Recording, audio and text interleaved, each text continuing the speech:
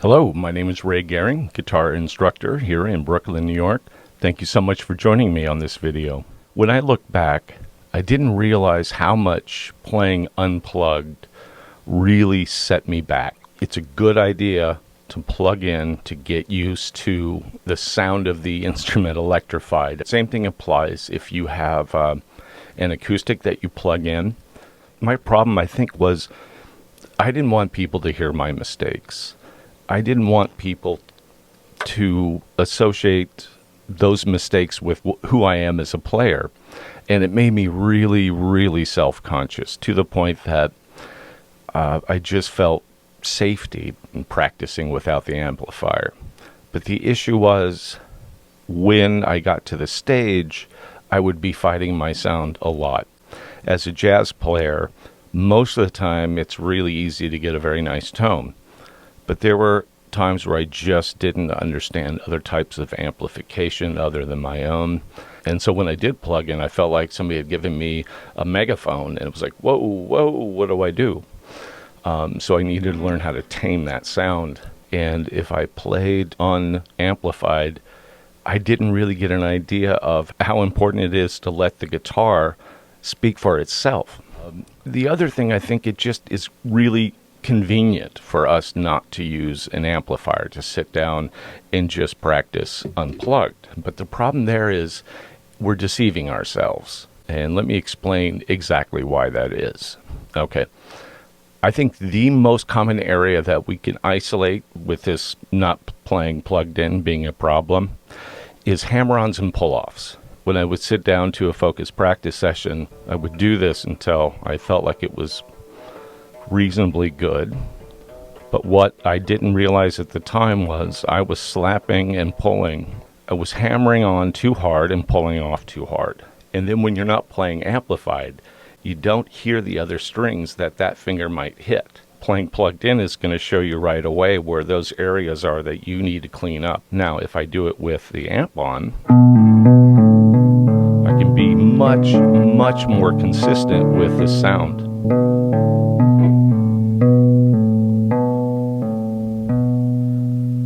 Doing that acoustically,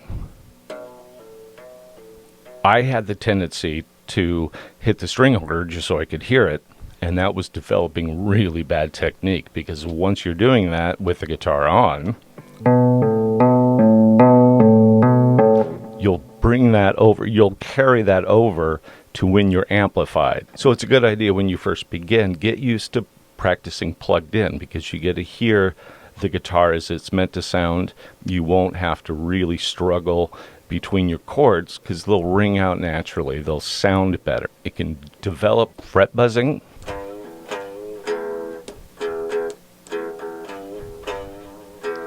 Playing unplugged, we're going to hit that note harder. And here's what it sounds like when the guitar is on, which is fine, but I don't like that buzzing. So if you want to hit the string a little harder, you just turn your guitar down a little bit so you can get some of that punchiness. If I practice dry, I need to be real careful about my touch, because it changes when you're playing non-plugged in than when you're playing plugged in. It's just like when you move over to an acoustic for a bit, things really sort of, your mistakes find a way to really shine, for lack of a better word. And for me personally, that's really frustrating. So I think even just making YouTube videos, I began playing in plugged in a whole lot more. All of us play dry, all the time. But we can choose the things that we do when we're playing without the amplifier. And I think we all have our things that we do. Most of us are very well aware of the fact that the difference, smacking into an unamplified guitar is going to sound way different. And it's fun. It's just fun to sit around and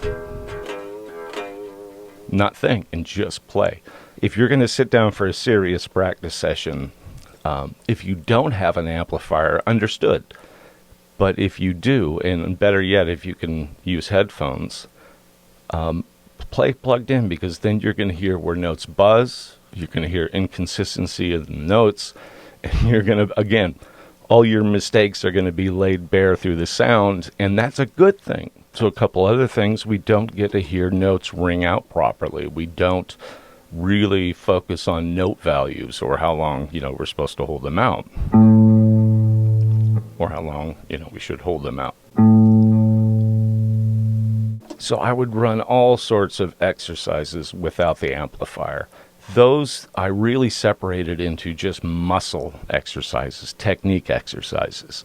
The exercises that you can do are limitless, but let's just start with an easy one, is that you don't have to be plugged in just to get your fretting hand moving between chords. There, you're just getting used to the touch of these chords. Then you can go in and work on the sound. But until then, you can let your fingers get used to things. And then when you're ready, play plugged in to hear where some of the inconsistencies are and try to fix those. But that's an instance of just trying to train your technique more than anything else. Building technique and getting your muscles used to things. And that can be done with anything. Even if you're trying to figure out a particular fingering, fretting for a scale, just place your fingers down first, get used to where it is, and then you can plug in. Just looking back, I really wish I had spent more time practicing plugged in, so I heard the instrument as it was supposed to be played. Those who play out know when the sound is not happening, God, it just can really destroy a gig. It would have been helpful too to get over that sense of embarrassment of people hearing my mistakes. It was even that way in music school, where I just didn't want people to hear what I was working on, because that could have given them to be honest, I feared that's what they would think of my playing. If they'd see me on the street, they'd say, "Oh, I hear that guy playing all the time and making all these mistakes." So, yeah, I just came to peace with it and said, just do it. And now, I don't care, just turn the amplifier out the window and let's turn up to 10. My final thought: play plugged in as much as you can, especially with headphones, because then you really hear everything. And I say do that because I hated doing that at first. It just grated on my ears, of course, grated on my self-confidence. And, I offer this advice simply because I went through these issues, and I don't want anybody else to go through that because it's unnecessary.